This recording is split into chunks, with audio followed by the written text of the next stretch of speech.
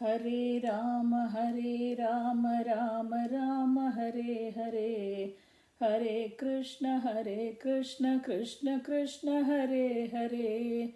Hare Rama, Rama Rama, Hare Hare. Hare Krishna, Krishna Krishna, Hare Hare.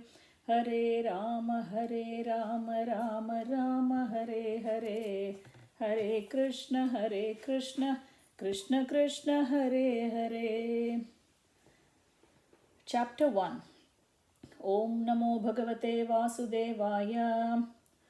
O my Lord, the all-pervading personality of Godhead, I offer my respectful obeisances unto you. Shri Sukha Uvacha Variyaneshate prashnaha Kruto lokahitam nrupa Atmavitsammatah pumsam Shrotavyadishu yah paraha. Sri Sukadeva Goswami said, My dear king, your question is glorious because it is very beneficial to all kinds of people. The answer to this question is the prime subject matter for hearing, and it is approved by all transcendentalists. Shrotavyadini Rajendra Drunam Santi Sahasrashah Apashyatāmatmanatvam Gruheshu Gruhamedhinam. Those persons who are materially engrossed, being blind to the knowledge of ultimate truth, have many subject matters for hearing in human society, O Emperor.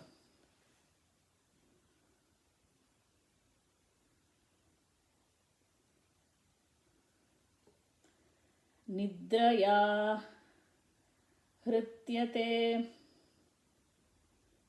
Nidraya hriyate naktam Vyavayena cha vavayaha Divacharte haya rajan Kutumba bharanena va. The lifetime of such an envious householder is passed at night either sleeping or in sex indulgence, and in the daytime either in making money or maintaining family matters.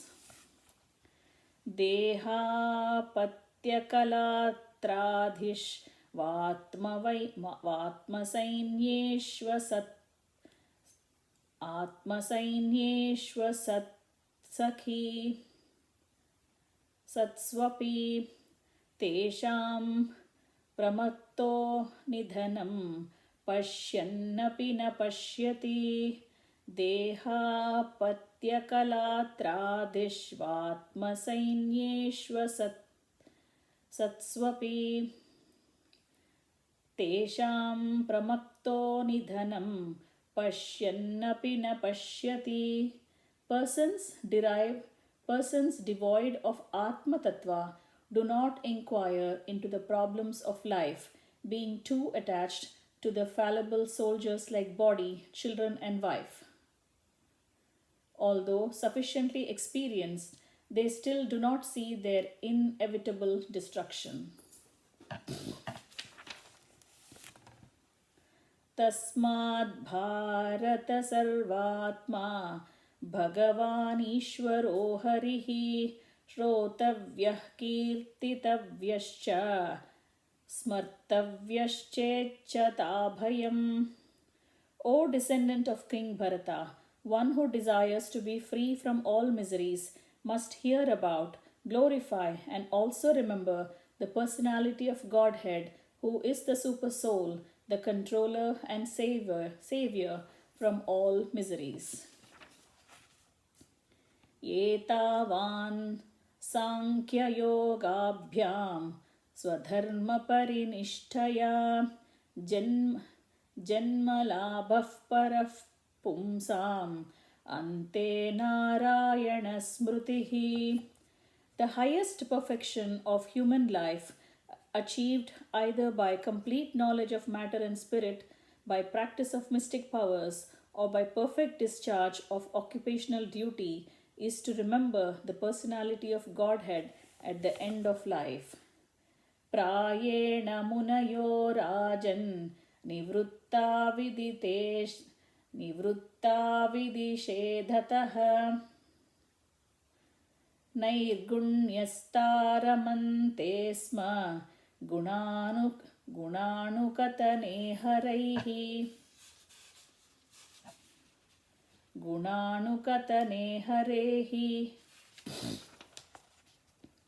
O King Parikshit, mainly the topmost transcendentalists who are above the regulative principles and restrictions take pleasure in describing the glories of the Lord. Idam Bhagavatam Nama Puranam Brahma Sammitam Adhitavan Dvaparadhau Piturdvaipayanadaham. Idam Bhagavatam Nama Puranam Brahma Samvitam Adhitavan Dvaparadhau Piturdvaipayanadaham. At the end of the Dwapara Yuga, I studied this great supplement of Vedic literature named Shrimad Bhagavatam, which is equal to all the Vedas, from my father, Srila Dvaipayana Vyasadeva. Parinishtopi nairgunya uttamashlokalilaya gruhita cheta rajarshe akyanam yadadhitavan. O saintly king, I was certainly situated perfectly in transcendence, yet I was still attached by delineation of the pastimes of the Lord, who is described by enlightened verses.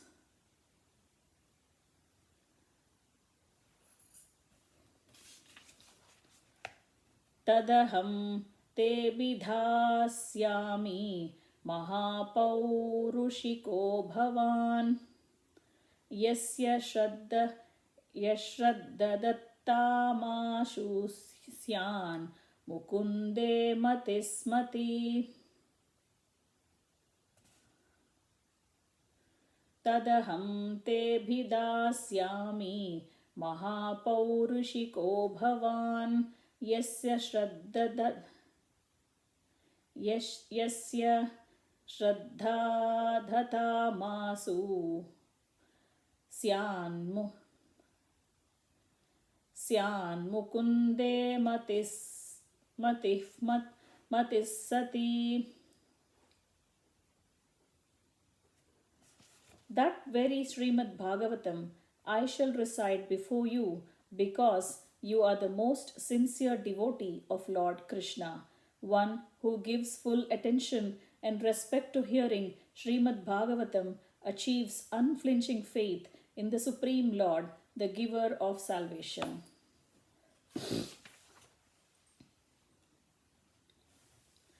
Etannirvidyamananam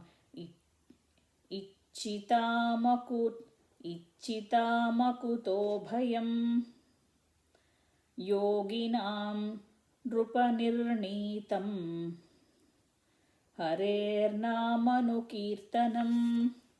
O King, constant chanting of the holy name of the Lord after the ways of the great authorities is the doubtless and fearless way of success for all, including those who are free from material desires, those who are desirous of all material enjoyment, and also those who are self-satisfied by dint of transcendental knowledge.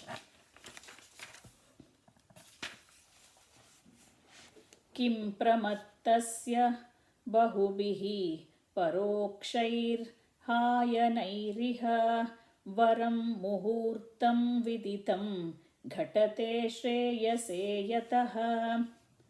What is the value of a prolonged life which is wasted, inexperienced by years in this world?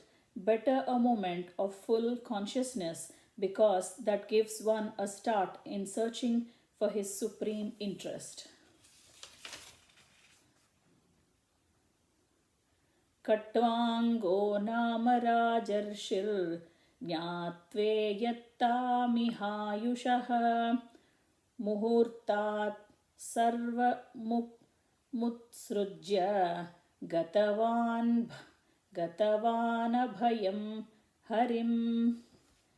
The saintly king Katvanga, after being informed that the duration of his life would be only a moment more, at once freed himself from all material activities and took shelter of the supreme safety, the personality of Godhead. तवाप्येतर्हि कौरव्य सप्ताहं जीवितावधिः उपकल्पय तत्सर्वं तावद्यत्साम्पराधिकम्. Maharaja Parikshit,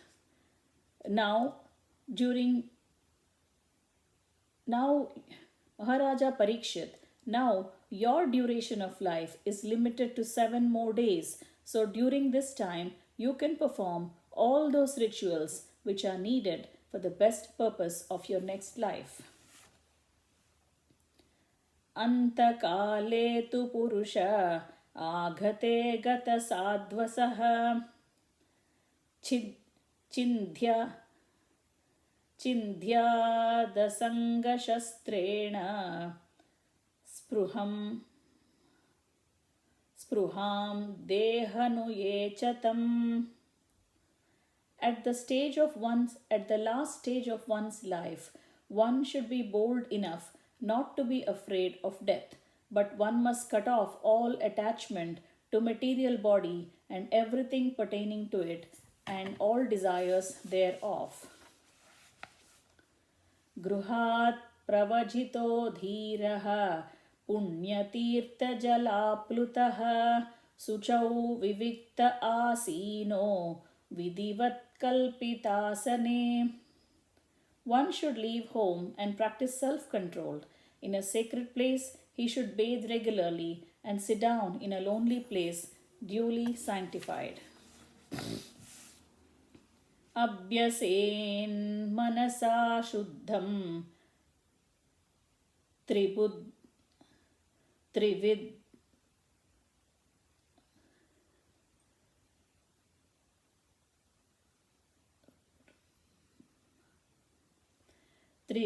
brahmaksharam param Tivrud brahmaksharam param Mano yacchen jitashvaso Mano yacche jitashvaso Brahma bijama vismaran. After sitting in the matter above, make the mind remember the 3 transcendental letters Om, and by regulating the breathing process, control the mind so as not to forget the transcendental seed. Om.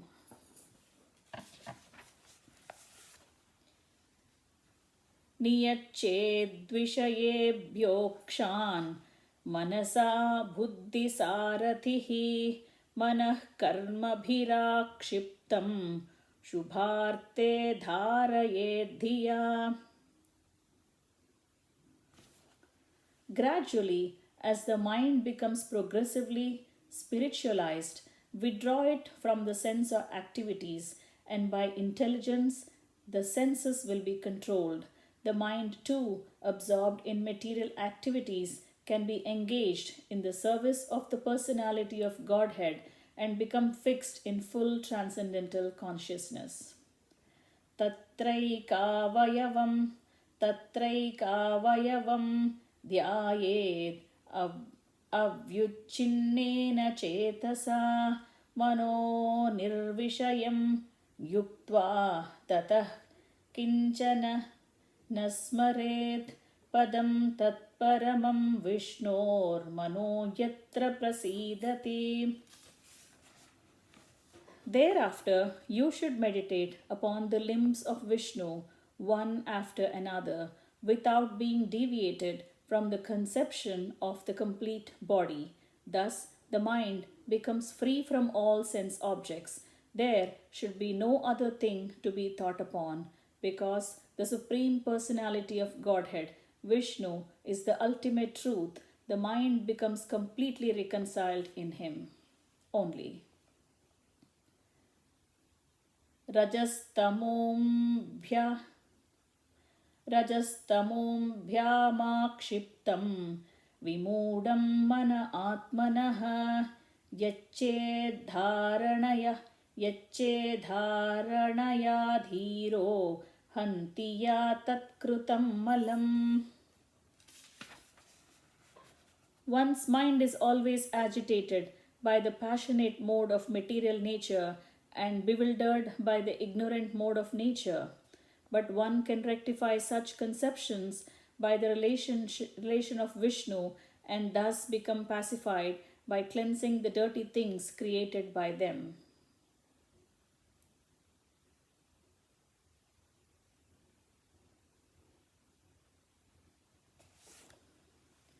यस्यां सान्ध्यायमाणायां योगिनो भक्तिलक्षणः आशु सम्पद्यते योगा आश्रयं भद्रमीक्षतः. O King, by this system of remembrance and by being fixed in the habit of seeing the all good personal conception of the Lord, one can very soon attain devotional service to the Lord under his direct shelter. राजोवाच यथा सन्ध्यायते ब्रह्मन् धारणा यत्र सम्मता यादृशी वाहरेदाशु पुरुषस्य मनोमलम्. The fortunate king Parikshit, inquiring further, said, O Brahmana, please describe in full detail how and where the mind has to be applied and how the conception can be fixed so that the dirty things in person's mind can be removed. Shri Sukha Uvacha Jitasano Jitashvaso Jitasango Jitendriyaha Stule Bhagavato Rupe Manasandhyaraye Dhiya. Sukadeva Goswami answered, one should control the sitting posture, regulate the breathing process by yogic pranayama, and thus control the mind and senses with intelligence. Apply the mind to the gross potencies of the Lord, called the Virat Rupa. Visheshastasya dehoyam stavishtascha staviyasam yatredam vyajate vishwam bhutam bhavyam bhavachasat.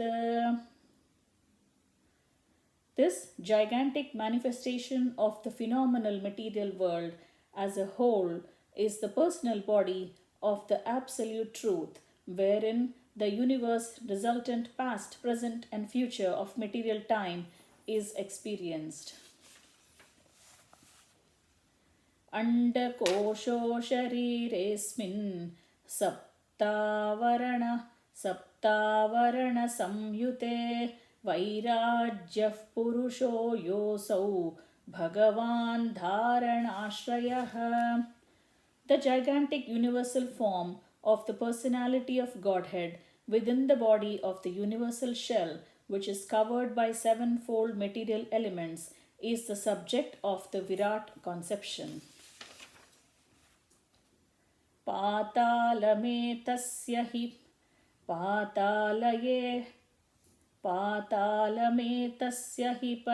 padamulam patanti parshni prabhade rasatalam mahatalam vishva srujeta gulbhau talatalam vai purushasya janghe. पाताल मेतस्य हि पादमूलं पठन्ति पार्ष्णिप्रपदे रसातलं महातलं विश्वसृजोतगुल्फौ तलातलं वै पुरुषस्य Jange. Persons who have realized it have studied that the planets known as Patala constitute the bottoms of the feet of the universal Lord, and the heels and the toes are the Rasatala planets. The ankles are the Mahatala planets, and his shanks constitute the Talatala planets. द्वे जानुनी सुतलं विश्वमूर्तेर्रुरुद्वयं वितलं चालतं च चातलं च महीतलं तज्जघनं महीपते नभस्तलं नाभिसरो गृह्णन्ति. The knees of the universal form are the planetary system of the name Sutala, and the two thighs are Vitala and Atala planetary systems. The hips are Mahitala, and the outer space is the depression of his navel. Urustalam Jyotiranikamsya Grivamaharvadanam Vaijanosya Tapovaratim Viduradipuംसः Satyam tu Shirshnani Sahasrashirshaha. The chest of the personality, the chest of the original personality of the gigantic form is the luminary planetary system. His neck is the Mahar planets, his mouth is the Janas planets, and his forehead is the Tapas planetary system. The topmost planetary system, known as Satyaloka, is the head of he who has 1,000 heads. Indradhayo Bahava ahurusraha karnau disha stotra mamushya shabdaha nasatyadastrau paramasya nase ghranosya gandho mukamagniriddaha.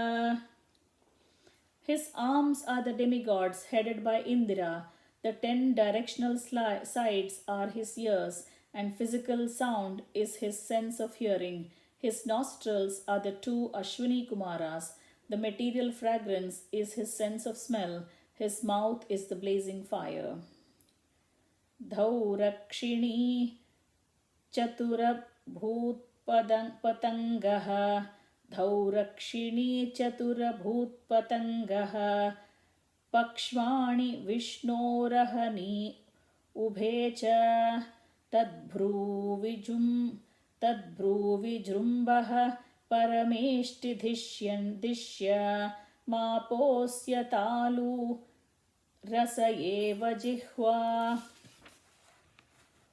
The sphere of the outer space constitutes his eye pits, and the eyeball is the sun as the power of seeing. His eyelids are both the day and the night, and in the movements of his eyebrows, the Brahma and the similar supreme personalities reside. His palate is the director of water, Varuna, and the juice or essence of everything in his tongue. Chandamsyanantasya shiro grunanti damshtrayamasneha-kaladvijani haso janonmadakari cha maya duranta sargo yatapanga mokshaha. They say that the Vedic hymns are the cerebral passage of the Lord, and his jaws of the teeth are Yama, god of death, who punishes the sinners. The art of affection is his set of teeth, and the most alluring illusory material energy is his smile. The great ocean of material creation is but the casting of his glance over all. Vridottaraustro dharayeva lobho धर्मस्तनो धर्मपतोऽस्य पृष्ठं कस्तस्य मेध्रं वृषणौ च मित्रौ कुक्षिः समुद्रा गिरयोस्ति सङ्घाः. Modesty is the upper portion of his lips, hankering of his chin. Religion is the breast of the Lord, and irreligion is his back. Brahmaji, who generates all living beings in the material world, is his genitals, and the Mitra, Varunas, are his two testicles.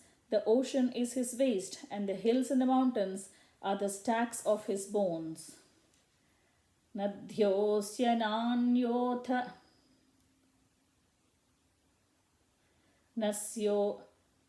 नद्योऽस्य नाढ्योऽथ तत्तनूरुहानि नद्योऽस्य नाढ्योऽथ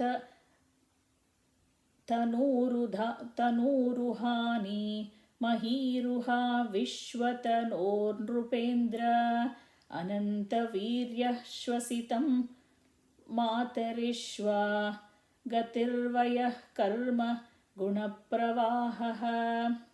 O king, the rivers are the veins of the gigantic body, the trees are the hairs of his body, and the omnipotent air is his breath. The passing ages are his movements, and his activities are the reactions of the three modes of material nature. Ishasya keshan विदुरम्बुवाहान् वासस्तु सन्ध्यां कुरुवर्य भूम्नः अव्यक्तमाहुर्हृदयं मनश्च स चन्द्रमा सर्वविकारकोशः. O best among the Kurus, the clouds the clouds which carry water are the hairs on his head. The terminations of the days or nights are his dress, and the supreme cause of material creation is his intelligence. His mind is the moon, the reservoir of all changes. Vijnana Shaktim Mahimamananti Sarvatmanontah Karanam Giritram Ashwashwatar Yushtra Gajanakhani Sarve Mrugah Pashavashroni Deshe. The principle of matter, Mahat Tattva, is the consciousness of the omnipresent Lord, as asserted by the experts, and the Rudradeva is his ego. The horse, mule, camel, and elephant are his nails, and the wild animals and all quadrupeds are situated in the belt zone of the Lord. Vayamsi tadvyakaranam vichitram manurmanisha manujo nivasaha gandharva vidyadara charanapsaraha swarasmruti Rasurani Kaviryaha.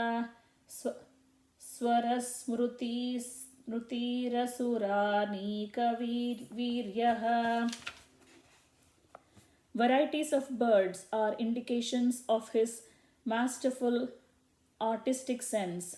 Manu, the father of mankind, is the emblem of his standard intelligence, and humanity is his residence. The celestial species of human beings, like the Gandharvas, Vidyadharas, Charanas, and angels, all represent his musical rhythm, and the demonic soldiers are representations of his wonderful prowess. Brahmananam Kshatra Bhujo Mahatma Vidhuru Randim Shrita Krishna Varnaha Nana Bidhabhija Ganopapanno Dravyatmaka Karma Vitana Yogaha. The Virat Purusha's face is the Brahmanas, His arms are the Kshatriyas, his thighs are the Vaishyas, and the Sudras are under the protection of his feet. All the worshipable demigods are also overtaken by him, and it's the duty of everyone to perform sacrifices with feasible goods to appease the Lord. Brahmananam kshatrabhujo mahatma vidhururud vidhura ding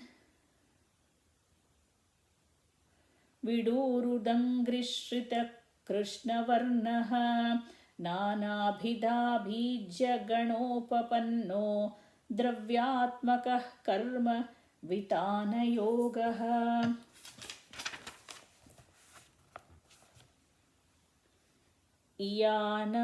इयानसावीश्वर विग्रहस्य यः सन्निवेशः कतिनो मया ते सन्ध्यायतेऽस्मिन् वपुषिस्तविष्ठे मनस्वबुद्ध्या